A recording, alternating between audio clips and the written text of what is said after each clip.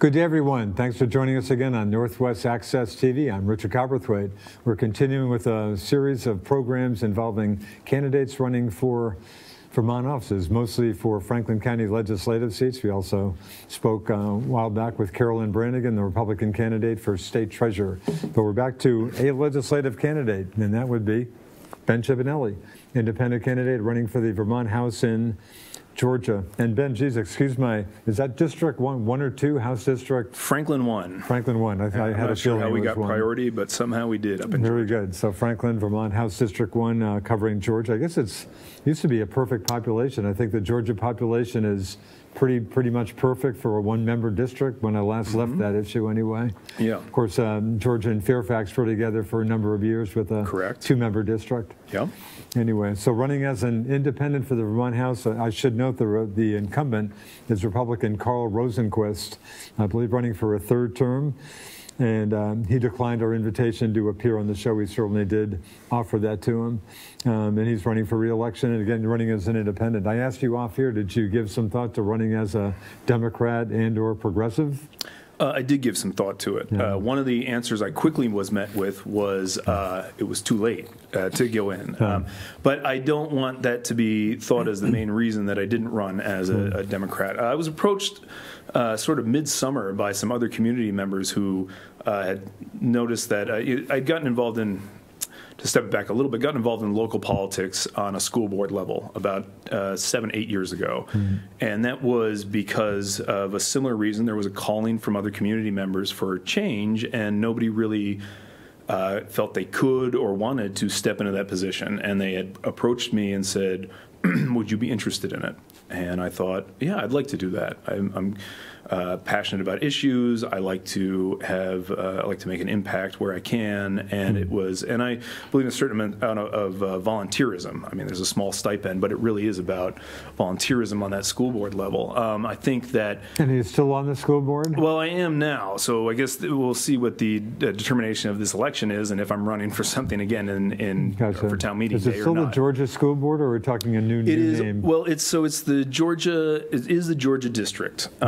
And we're part of the Franklin West Supervisory Union, which is 3 districts: Fairfax, Fletcher, Georgia. Just got a new superintendent a while ago, I believe. We did. We got a new superintendent this year after really a tragic loss of Ned Kirsch, who I worked with the bulk of my tenure there. Really? And very good feelings for Ned, huh? Yeah, personally close, as well as just really enjoyed slugging it out with him on that level. And I mean together with him, I should say, because we, I don't know, he really just showed me that there were ways to think outside the box and ways to be ahead of the curve that would raise people up versus just being reactionary to things. So no, really enjoyed working with Ned on all sorts of levels, including personal. That being said, Georgia School Board has been a tremendous opportunity for me to, again, get involved in things like this. Funny you bring up, are we still the district we once were? Act 46 was one of my major sort of, if I were to say some of the things I've been involved with on the school board level, Act 46 was certainly one of them. And you were a supporter of Act 46? Well, I was a supporter of the idea that education needs to be tinkered with. It's not perfect the way it is, and I think we're seeing just erroneous expenses there, and I think where, I first got on the school board, the whole issue was consolidation. Are we going to consolidate? The fear of consolidation. Are they going to force us to consolidate? And Act 46 was maybe the most strong bid I've seen towards something like that. The committee I was on, we met every 2 weeks for the better part of a year, if not over a year. I don't even remember sort of how long it was, but it was somewhere around that time frame. And explored some really forward-moving ideas that I thought could have served the district well, but we weren't ready for, perhaps, or we're also maybe not quite at the population boom that would warrant it, but I think we're heading towards something that will make those decisions harder. We were fortunate. The FWSU was allowed to stay pretty much as is. We stayed as three different districts, all different from each other. Pre-K 5, a pre-K through 12, and a pre-K through 8 with school choice involved. I think that represented what both the people that district wanted, and I think that we're so efficient and forward thinking in the FWSU. We're one of the few districts that maybe were allowed to stay the way we were. I guess that begs kind of a legislative question with the legislature, with the pandemic. We're, what, 6, 7 months old now? Yeah. How do you think the state's doing with the back to school? That was just an issue of concern, obviously, to so many people. So it's interesting, right? We, my children are staying home. They're going through the virtual high school program. My kids would normally be attending BFA St. Albans. I'm a Georgia resident, but we chose that. I'm a BFA alum myself. Yeah. All that being said, we decided to keep them home because we appreciated the idea that there was going to be consistency through it, and we were excited about the academic rigor that the VHS offered. Not that BFA St. Albans wouldn't. I mean, we chose that school for sure, but they could have been going, what, two days a week then? They could have been going 2 days a week. The bulk of my decision is my parents are both closing in on the risk factors for COVID, and my wife's parents also live in the area, and they are certainly at a risk for adverse COVID effects. So we are trying to quarantine maybe a little more closely, or trying to isolate a little more closely than other people would be. Anybody watching this, I know I have a mask around my neck, but we're obviously a safe distance apart, established that ahead of time. With 2 people, with 4 more people on the set, a lot of the shows I've done, we wore masks, and the next show I'll do will be masked. Right? So, so funny we have to put those caveats out now. No, it's not a bad but it's but I want to, we've been involved. I also do a lot of media work for the area. We've been involved in campaigns that stress mask wearing. We're getting a little off topic here, but the point is we kept our kids home partially because we are trying to be COVID isolating because of the older my parents and my wife's parents. So actually, let me back. I'm getting a little ahead of myself. Just give us a little background on yourself for folks who I have a feeling your parent. A few folks out there probably know your parents, but my most introductions in this county go one of two. It usually starts with me introducing myself as Ben Chiappinelli, and somebody somewhere within the next 2 sentences saying your father was my doctor, or I knew your father, or things like that. I always like to say, my wife has coined the family name Franklin County Famous, which I think is hilarious. I'm lucky that my father, I'm lucky to have the father I had that not only gave a lot to this community, but set an impeccable reputation. A lot of people, it could have been very different, and I really have nothing but respect for the investment my father put in the community, and my mother too. Both recognized for the work in Swanton, recognized for the work in St. Albans. Something that really imparted onto me. So I grew up in this area. My father is a physician in the area. My mother was a school nurse for the last 10 years. I have 3 sisters, 2 of which who still have moved back to Georgia. One sister who's located she's further south in Burlington, so a little bit outside of our. But I'm a. And background work. Tell us about. So my background is very media oriented. After graduating from college, I went out to Los Angeles for a few years and worked on everybody's grandmother's favorite show, Touched by an Angel, for a few years. I worked with Jason Alexander from Seinfeld on a sitcom for a year. Had some really cool real-world experiences. Came back here, worked with WCAX as a news director, or I should say maybe director of the evening news and morning news for about a decade. Worked on Across the Fence for about 5 or 7 years. Report Marcellus Parsons, not a we were related. We were blood cousins. Didn't mean much to Marcellus. He did a great job for a lot of years, but we were vaguely related. I once met William Shatner on one of the sets I was on, and I was a little bit starstruck because my dad liked Star Trek a lot, and I thought it was fun to meet him. I was surprisingly starstruck the first time I met Marcellus Parsons, even in my late 20s, because you just grew up meeting him. Marcellus was great. That was a tremendous experience, and really reflected, I think, my interest in local issues. I rode. I worked with the news at WCX for about 10 years. Then I did 5 years with local advertising and documentary work with Mount Mansfield Media. And then most recently I've worked for the St. Albans Messenger for a few years, and then struck out on my own with Tom Benton, another Messenger employee, and we are now running our own media company, Bent Media. And it's been really working a lot with the municipalities in the area, trying to just get people's message across for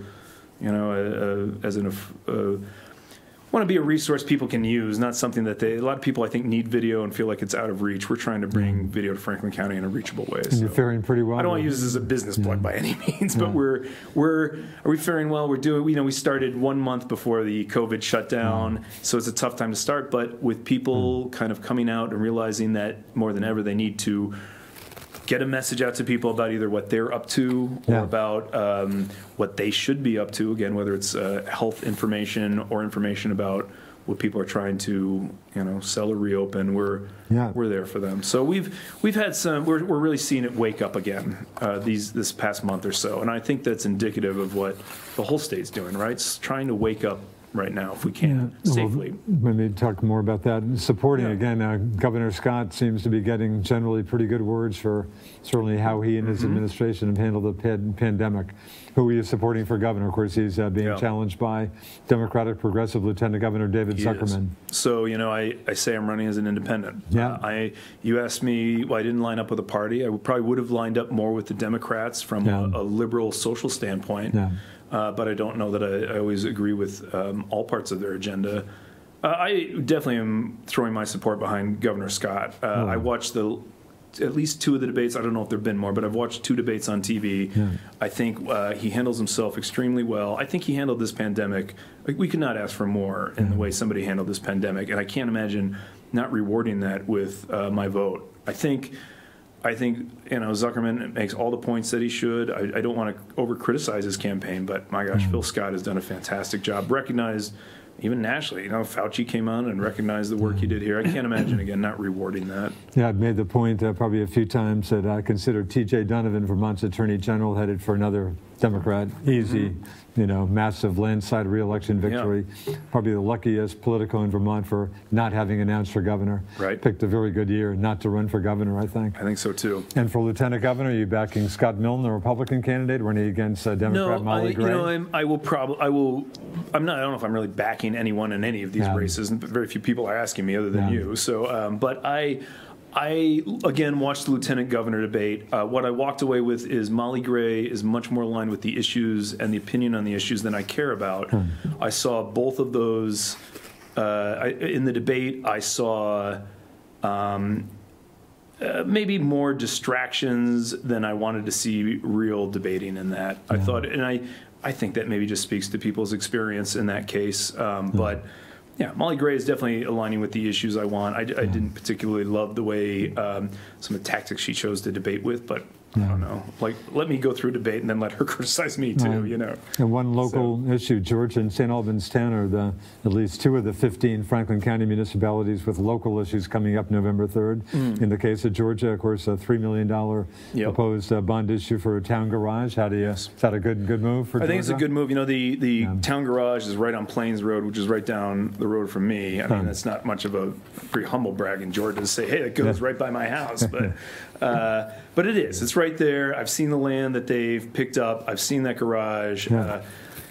We don't have a lot in Georgia. We have a really nice school that is, on the verge of being too small for our community. We're lucky to have a couple gas stations. Increasing enrollment as opposed to a lot of communities for school. We're lucky. We're lucky to be seeing not a decrease. We've either been flatlining or increasing over the last couple of years, I believe.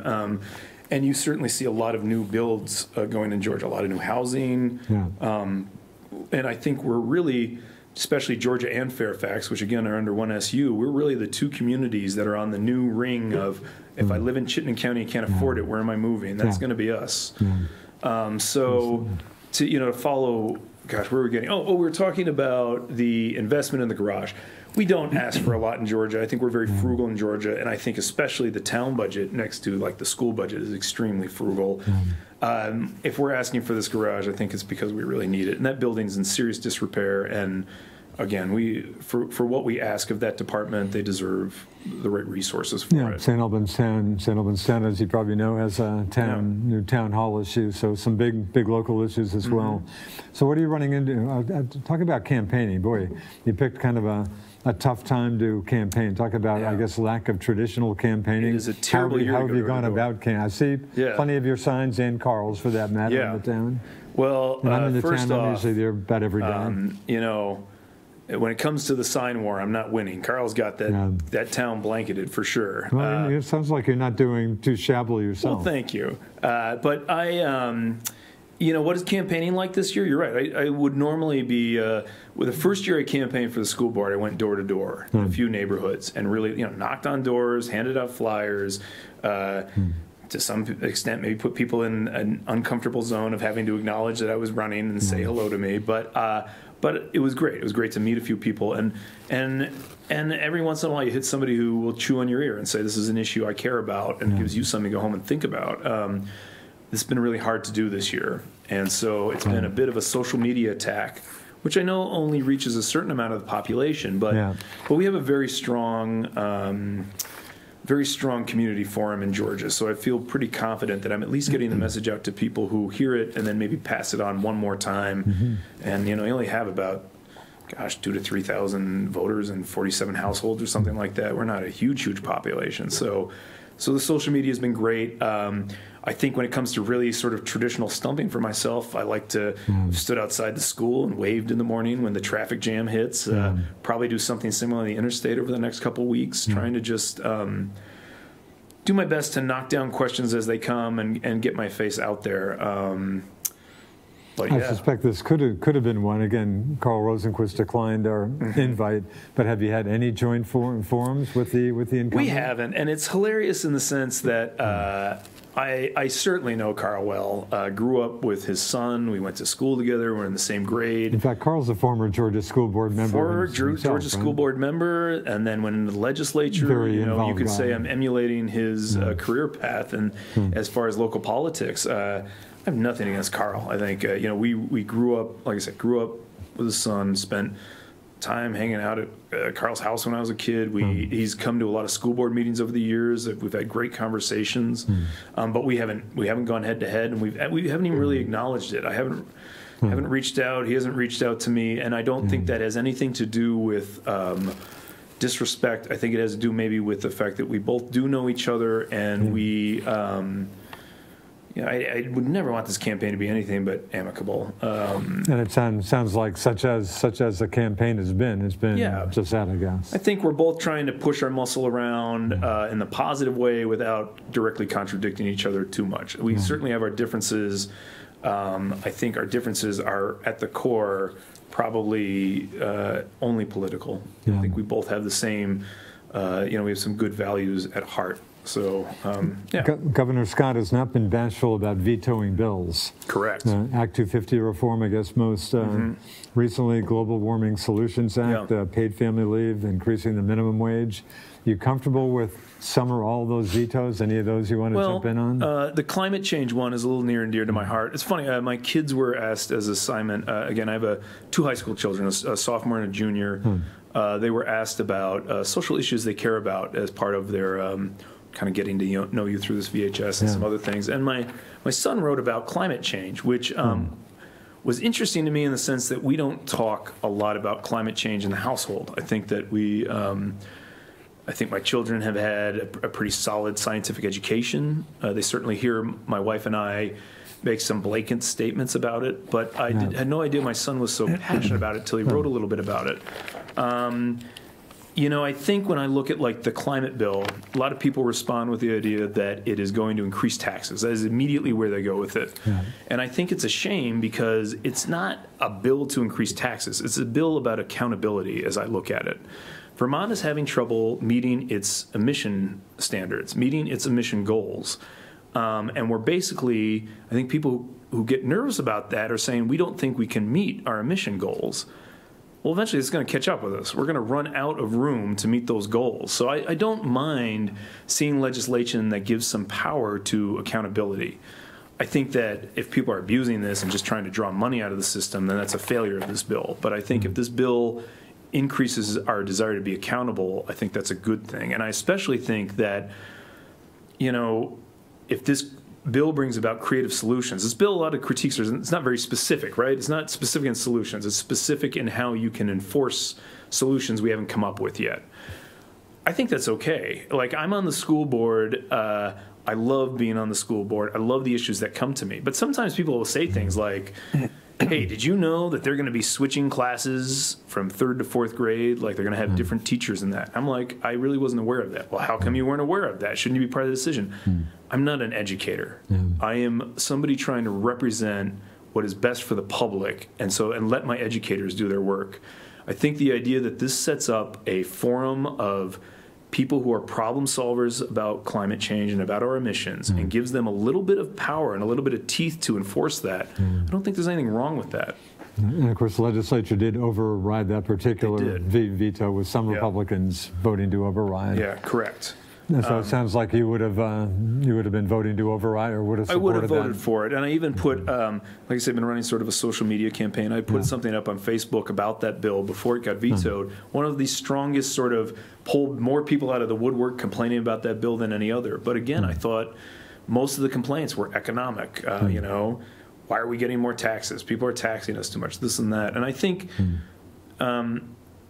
you know, people also ask me about things like the plastic bill ban that went through the other year and things like that. Would I have supported those? And yeah, I think we need to support initiatives that make small changes so that we don't have to overtax ourselves, so that we don't have to, you know, sue our own state as private citizens. I think we just need to find, we can't just handle these things as individual efforts. We have to have a multitude of individual efforts that lead to one big effort. And that we have to make sacrifices somewhere. Again, I think this bill could lead to things that people find uncomfortable, but it's only if we're not doing our part in the first place. Another bill getting plenty of attention, the marijuana cannabis bill, or maybe a couple of bills, and Governor allowing them to become law without his signature. Are you comfortable with those? Of course, Vermont had legalized recreational marijuana a couple of years ago, but of course, okay to possess some, but don't try to buy it from somebody. So now we're going to get into taxing and regulating. So good move. I think it's a good move. I mean, the state can the state make some money on this? The state should be making some money off this for sure. You know, we are really good, I think, about taxing our vices, if you will, and turning them into. It seems to be how New Hampshire still blows my mind. No state, you know, income tax, no state sales tax, and I think they get by in part with heavy hitting sin taxes pretty heavily. Yes. So I agree. You know, we have. I think it's great that we're putting in a system that helps. You know, again, helps bring some of this revenue into the state. And also, if we're going to go the step of legalizing this, then let's not make it such a, you know, backdoor, hiding them in the alleyway issue. Like, let's treat it as such. I think, you know, I often am known to talk about maybe marijuana and alcohol in one breath, because I think they are both recreational drugs that people use to a certain extent that both have impacts on how we perceive things and have impacts on our ability to drive a car, things like that, and so forth. And I think that when we especially look at alcohol and the damages that does to people, I am shocked that we aren't more strict about that, and that we remain super strict on things like, well, again, we're not being super strict. We're maybe acknowledging that marijuana has a combination of some benefits we weren't expecting, whether they're only, again, recreational or not. But I'm always shocked that, again, we turn such a harsh eye towards something like marijuana and really give alcohol the pass we do. I've seen so much more maybe life-devastating choices made with alcohol abuse. So, you know, I know that isn't, to talk about alcohol isn't directly to answer the marijuana question, but again, I think marijuana to me is much less, I've seen a lot less damaging effects to people with that. So, you know, I want to make sure that I'm advocating first and foremost that we're talking about responsible adult use. You know, my father is a pediatrician in this area, has very strong opinions that are based on how these things affect children. And you know, I think he often has seen marijuana as it's a stepping stone drug in certain ways to some people. It is once you loosen up on one thing, it creates loosening up on other things. And I really respect his opinion from the point of view he's seen it as. But I think when we're talking about responsible adults, we could be a little more honest with what these substances we take actually do to us. Lake Champlain or water quality issues, obviously a big issue in Georgia. Going back a few years when Georgia was much in local news for some of the lakeshore properties getting a hit and getting their appraised value decreased because of those. Do you think the state's doing enough? Funding was an issue. It seems like the state legislature has finally nailed down some dedicated funding. Are you comfortable with how much the state's doing to try to address serious ongoing water quality issues, Ben? It's almost insurmountable, right? I did one of the media companies I work for, Mount Mansfield Media, did a short documentary about lake and water quality about 4 or 5 years ago. And what I learned through working on that documentary is the, just no pun intended, maybe depth of that problem of water quality. It is unbelievable how far behind we've put ourselves by what at the time were thought of as healthy agricultural practices, what at the time were thought of things that would move our state forward. You know, we have to eliminate some of the blame from this and some of the guilt from this and just move forward. Like, we have a problem, and if we keep ignoring it, we're not going to have the lake as a resource, and that's going to be devastating. So, do you think we're even keeping as a kind of status quo? Do you think we're keeping level now, or not even that, or hard to say? I think it's hard to say. I think I think the first step's awareness, right? We've really got a good aware step going on, and I think the next step now is how do we pull back what we're, you know, how do we pull it back a bit? And I think we're making headway there, but it is. You know, one of the things that's fascinating about COVID is it has shattered the way we do things right now, right? Who would have thought you could have kids going to school twice a week and maybe have a successful system there? Who would have thought that or no times a week. Or no times a week and have a successful system? Or who would have thought that maybe we could scale back how much people are working and still have people's needs met? You know, I think we sometimes forget what the goals are that we have as a society and as people, and we get hung up on short-term rewards, short-term gains. I mean, if anybody is thinking that we are going to see a beautiful, pristine lake in a few years, they have not done any research on this problem. Yeah, these are generational problems that have stacked up that are going to take generational solutions to solve. And I think that the more people say something like, well, right here in the here and now, this is going to affect me, whether it's the taxation, whether it is the restriction, whether it is, you know, whatever it is they're complaining against, I appreciate the hardships we're all under. But if we don't force ourselves to change our habits or force ourselves to be better people about this, it's only going to get worse.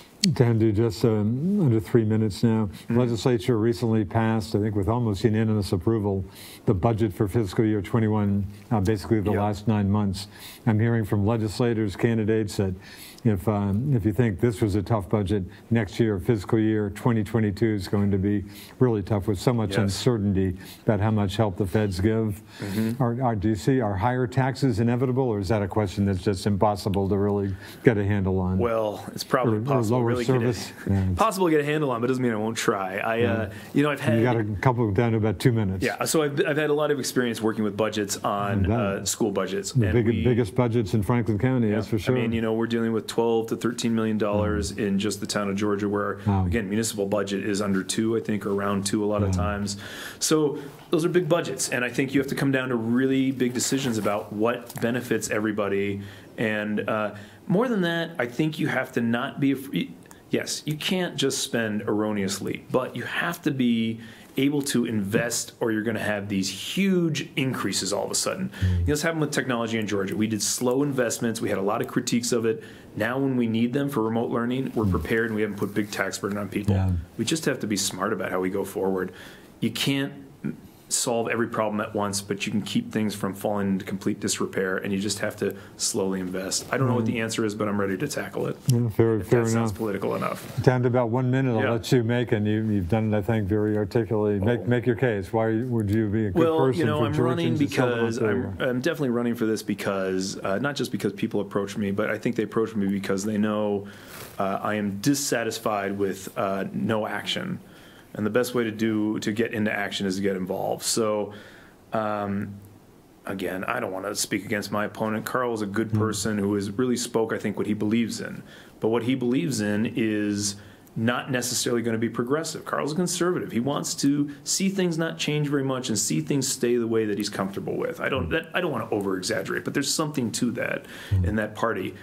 I'm not trying to, like, set an earthquake kind of change, but I think we need to be looking ahead and solving those problems. Don't solve yesterday's problems. Solve tomorrow's problems. That's why I'm going in. Okay. On that note, we'll call it a day. Thanks to Ben Chiappinelli, independent candidate for the Vermont House from the Franklin 1 district covering Georgia. Again, the incumbent is Carl Rosenquist.